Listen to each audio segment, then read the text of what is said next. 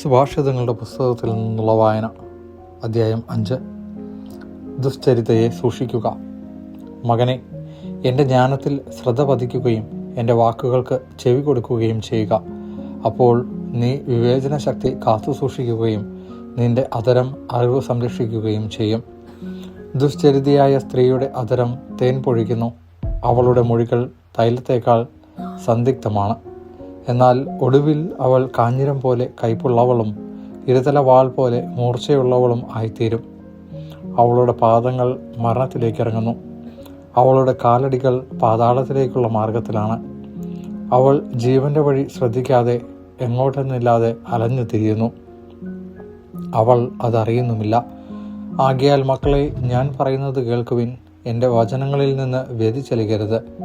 അവളിൽ നിന്ന് അകന്നു മാറുവിൻ. അവളുടെ വാതിൽക്കൽ ചെല്ലരുത്. ചെന്നാൽ മറ്റുള്ളവരുടെ ദൃഷ്ടിയിൽ നിന്റെ സത്കീർത്തി നഷ്ടപ്പെടുകയും നിന്റെ ആയുസ് നിർദയർ അപഹരിക്കുകയും ചെയ്യും. അന്യർ നിന്റെ സമ്പത്ത് മതിയാവോളം അപഹരിക്കുകയും നിന്റെ അധ്വാനത്തിൻ്റെ ഫലം അവരുടെ വീട്ടിലെത്തുകയും ചെയ്യും.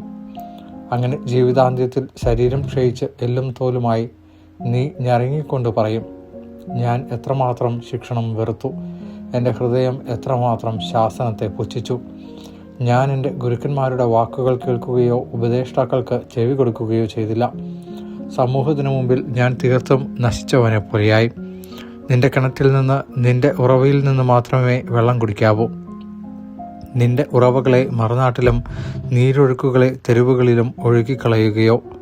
അവ നിന്റെ അടുത്തുള്ള അന്യർക്കു വേണ്ടിയാവാതെ നിനക്ക് വേണ്ടി മാത്രമായിരിക്കട്ടെ. നിന്റെ ഉറവ നിന്റെ യൗവനത്തിലെ ഭാര്യ അനുഗ്രഹീതയായിരിക്കട്ടെ. അവളിൽ ആനന്ദം കൊള്ളുക. അവൾ ചന്തമുള്ളൊരു മാൻപേട, സുന്ദരിയായ മാൻപേട തന്നെ. അവളുടെ സ്നേഹം നിന്നെ സദാ സന്തോഷം കൊണ്ട് നിറയ്ക്കട്ടെ. അവളുടെ പ്രേമം നിന്നെ എപ്പോഴും ലഹരി പിടിപ്പിക്കട്ടെ. മകനെ, നീ ദുശ്ചരിതയായ സ്ത്രീക്ക് വഴിപ്പെടുകയും സ്വൈരിണിയുടെ വക്ഷസ്സിനെ ആശ്ലേഷിക്കുകയും ചെയ്യുന്നതെന്തിന്? മനുഷ്യൻ്റെ ചെയ്തികളെല്ലാം കർത്താവ് കാണുന്നു. അവിടുന്ന് അവൻ്റെ പാതകളെ ശോധന ചെയ്യുന്നു.